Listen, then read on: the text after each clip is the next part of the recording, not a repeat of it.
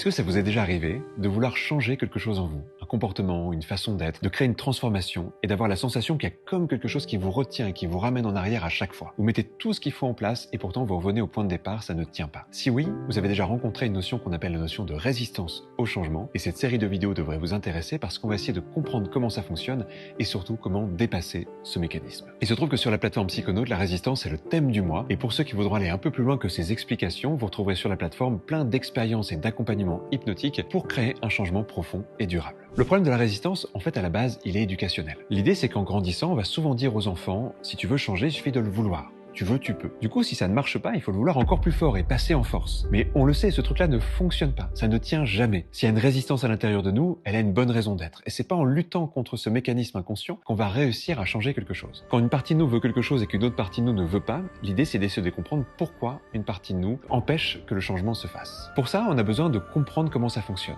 En fait, il y a plusieurs formes de résistance, plusieurs types de résistance. Et ce que je vous propose, c'est qu'à chaque vidéo de cette série, on en explore une en particulier. Vous allez sans doute faire des liens avec des choses qui se passent à l'intérieur de vous, du coup mieux comprendre vos fonctionnements, trouver les résistances qui vous parlent, et par rapport à ça, avoir des astuces et peut-être même des débuts de solutions pour mettre en place un changement qui soit vraiment bon pour vous, et surtout cette fois, durable. Si le sujet vous intéresse, eh bien je vous dis à très bientôt pour explorer une première forme de résistance, sans doute une des plus courantes, et ça m'étonnerait que vous l'ayez jamais vécue dans votre vie.